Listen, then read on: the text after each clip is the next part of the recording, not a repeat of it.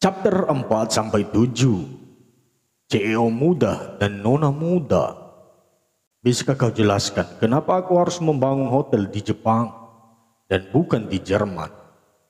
Dan untuk Jerman, bisa kau beritahu aku investasi apa yang sangat menguntungkan bagi perusahaanku? Karina berjalan ke arah sofa dan duduk.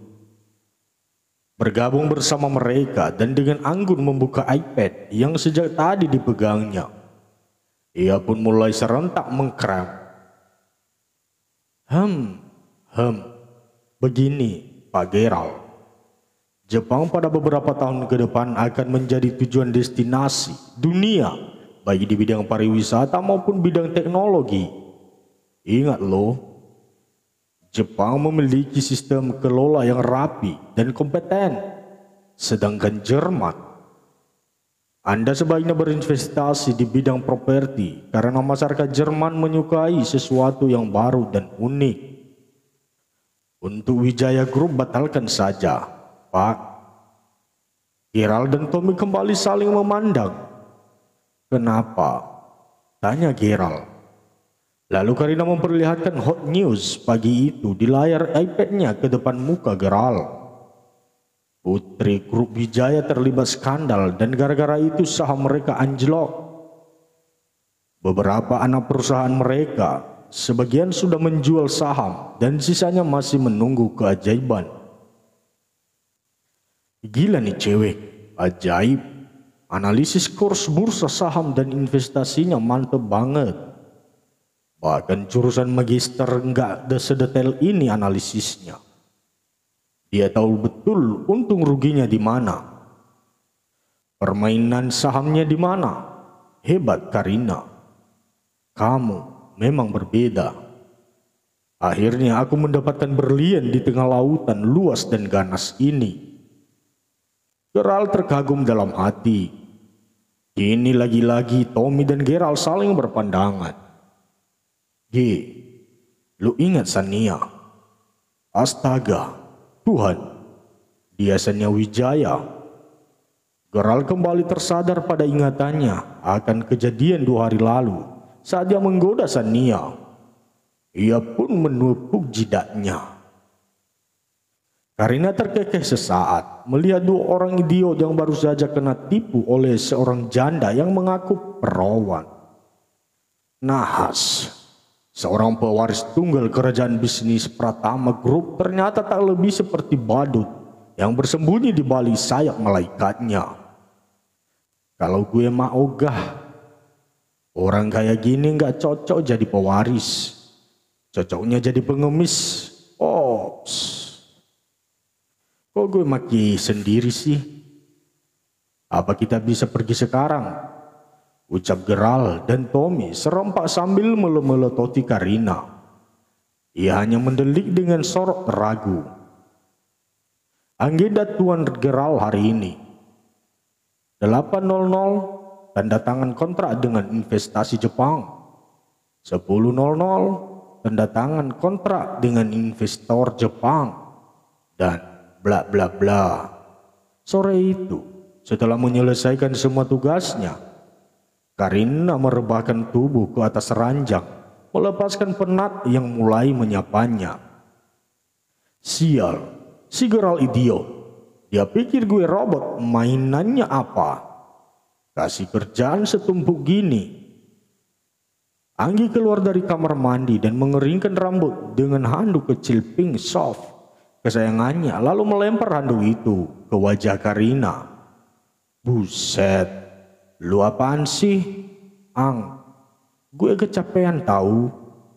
Bagi Karina menyibak handuk dari wajahnya dan duduk kembali.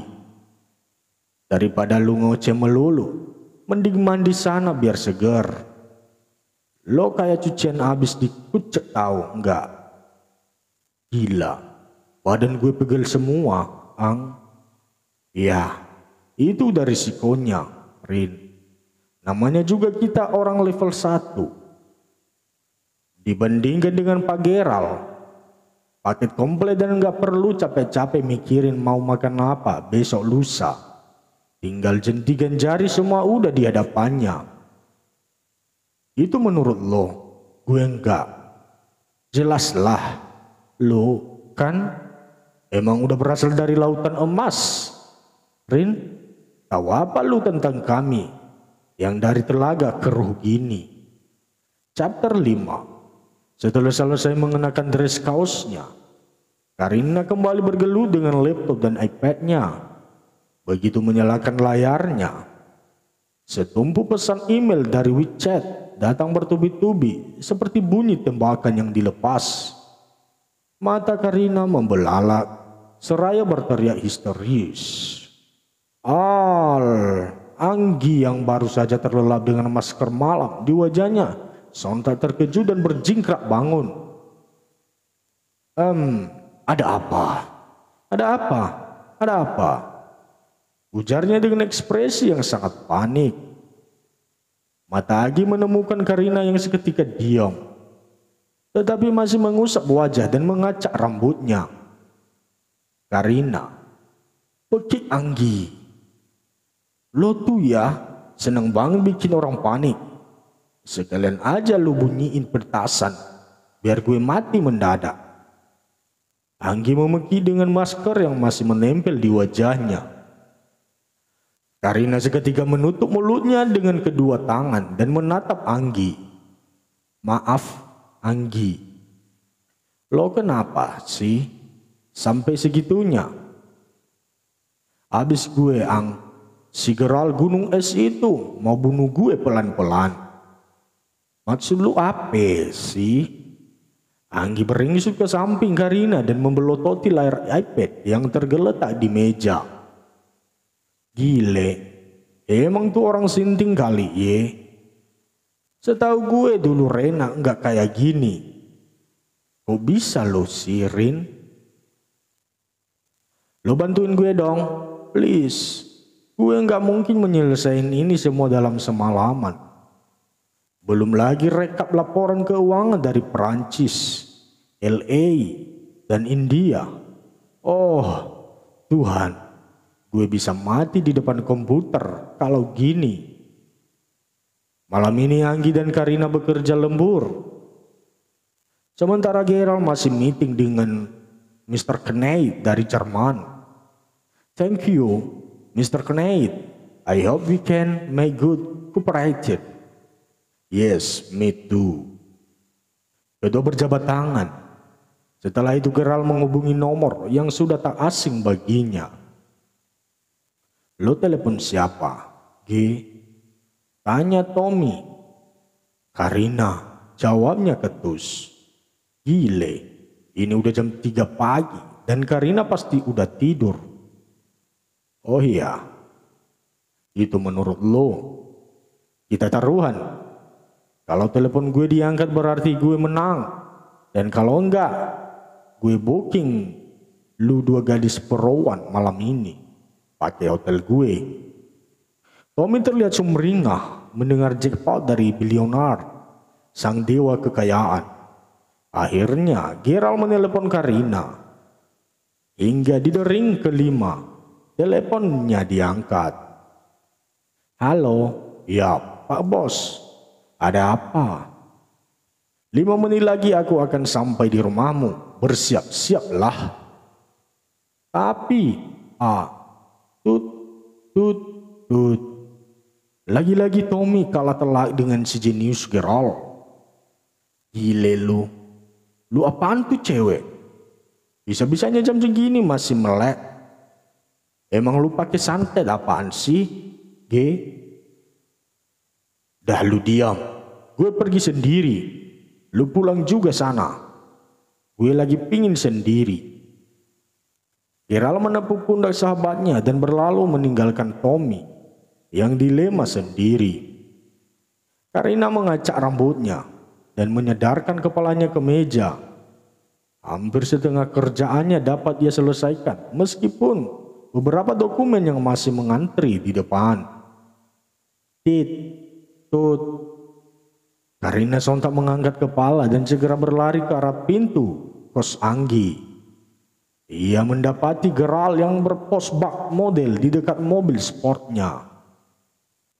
Sejenak Karina mengucek kedua matanya memastikan bayangan tubuh yang dilihat itu bukan orang yang dipikirkannya. "Kamu belum ganti baju?" tanya Geralt dengan santai.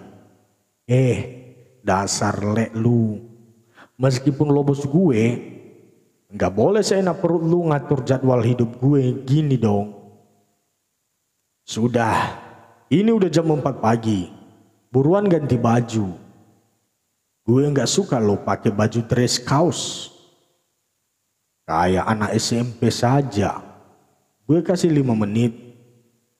Loh, tuh Geralt pertama. Bagi Karina saking gregetnya. Geralt hanya terkekeh geli melihat Karina yang kesal bercampur aduk. "Mami, Daddy, I like your choice," gumamnya di sela cengengesannya.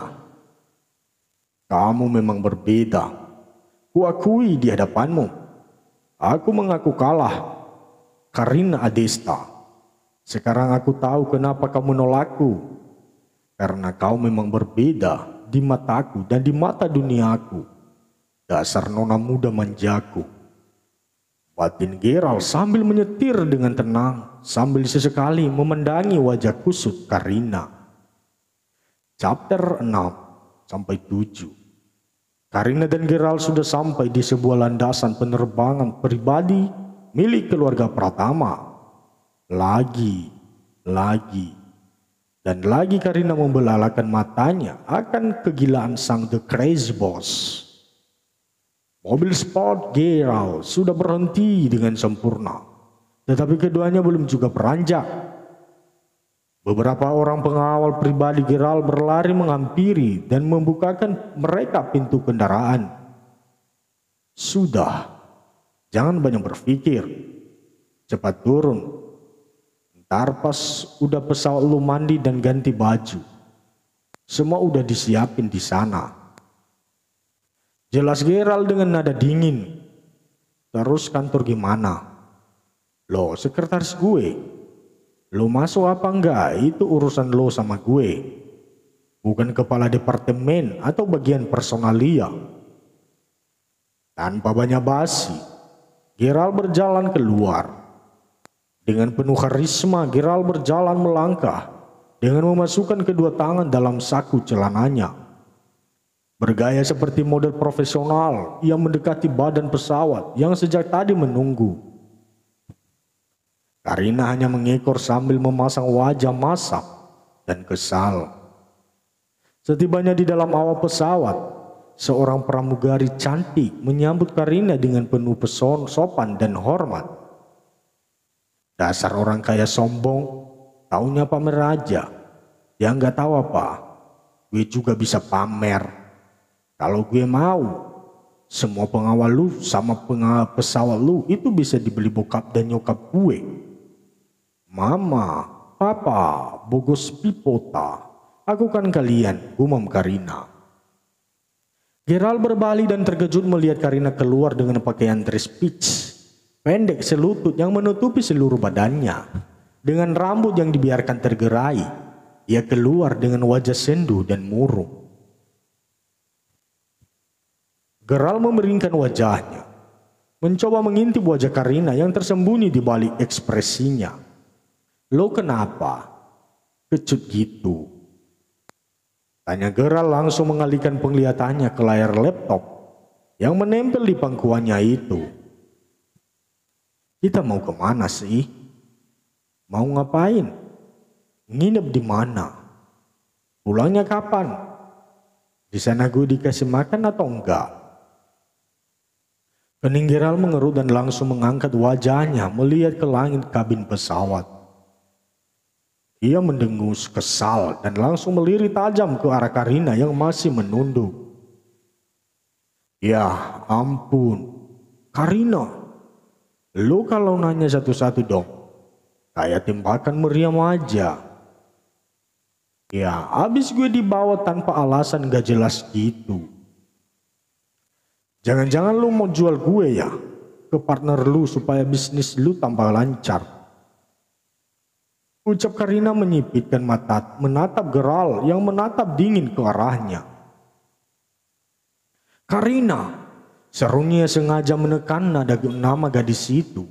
"Isi kepala lu ketinggalan di rumah ya? Kalau iya, biar gue suruh pengawal Bali ambilin." Heran deh gue, gak ada yang bener ya, isi otak lu tuh. Ketusnya lagi dengan nada kesal. "Iya, habis gue mesti ngapain dong? Siapapun yang diperlakukan kayak gini, pasti mikirnya sama kayak gue." "Lo tenang dikit, yang jelas lo aman, kita akan pergi kerja," ujar Geral lagi. "Lagian mana ada si cowok mau jual calon istri sendiri?" Geral dengan suara rendah, tetapi cukup terdengar. "Apa lu bilang tadi?" Pekiknya menyipitkan pandangannya lagi ke arah Geral. "Gak ada, gue cuman bilang, emangnya gue punya tampang kriminal apa?" Ketusnya lagi. "Ya, kriminal kelas ikan kakap," timpal Karina sekadarnya. Geral mendeli kesal, lalu kembali fokus pada laptopnya. Sementara Karina masih duduk di kursi dekat Geral, yang sejajar dengan satu kursi kosong di tengah mereka. Karina menyilangkan kedua tangan di perutnya, dan selang 5 menit kemudian matanya sudah tak bisa diajak kompromi lagi. Ia pun terpejam dan tertidur pulas. Geral yang menyadari akan hal itu menjentikan jarinya, meminta pramugari membawakan mantel. Tak butuh waktu lama bagi pramugari itu untuk kembali dan menyerahkan mantel selimut kepada tuannya. "Purbana." Perlahan Geral mendekati Karina dan menutupi tubuhnya dengan selimut yang sudah tertidur pulas. Ia berjongkok setengah lutut dan diam sejenak menatap wajah oval calon istrinya. Sebuah senyum lembut terlukis di wajah tampannya. "Dasar nona mudaku yang manja," lirihnya dengan nada ringan. Chapter 7. Sudah 1 jam Karina tertidur sejak di pesawat tadi. Bias cahaya matahari dari jendela kamar menerpa wajah putih dan halusnya. Perlahan Karina membuka mata dan menyipitkan karena silau. Tangannya melayang di keningnya supaya menghalau sedikit terpaan sinar matahari. Ingatannya akan beberapa menit yang lalu kembali dan membuat ia tersadar akan keberadaannya yang sekarang. Ia membuka bola matanya lebar-lebar dan meneliti setiap sudut ruangan tempat dia terbaring. "Gue di mana ini?" tanyanya sambil berdiri dari duduk di ranjangnya. Selimut bed cover tebal menutupi seluruh tubuhnya. Pandangannya jatuh pada pahanya. Matanya masih menerawang dan sebuah suara manis menarik perhatiannya dari balik pintu bilik. "Kamu sudah bangun?" tanya wanita itu beranjak mendekat. Duduk di samping Karina. "Tante, saya di mana ini?" "Di rumah tante." "Kamu tidurnya lama banget," ucap wanita itu sambil melempar senyum anggun ke arahnya. "Ini sudah jam berapa, tante?" "Jam 1 siang. Sebentar lagi pelayan akan mengantarkan makan siangmu. Atau kamu mau makan sama-sama?" jelas sang tante. "Apa? Udah siang, tante." Bagi Karina seraya berdiri menjauh dari tempat tidurnya. Nora kembali mendekati Karina dan memintanya untuk turun ke lantai bawah, bergabung dengan yang lain. Karina kembali dikejutkan dengan sosok familiar yang duduk di santai, menyilangkan kaki di ruang keluarga sambil meneguk tehnya. "Ini di mana, Geral?" tanyanya berlari menghampiri Geral tanpa memperdulikan orang di sekitarnya. Nora dan Lohan hanya tersenyum geli melihat tingkah lucu Karina. "Lo bisa tenang dikit enggak? Duduk yang baik, nanti gue jelasin." "Yuk." Karina baru tersadar kalau ia sudah menunjukkan sikap tidak sopannya kepada sang tuan rumah. Matanya menatap satu persatu penghuni yang ada di dalam ruangan itu. Lalu dengan lemah, ia duduk di sebelah Geral.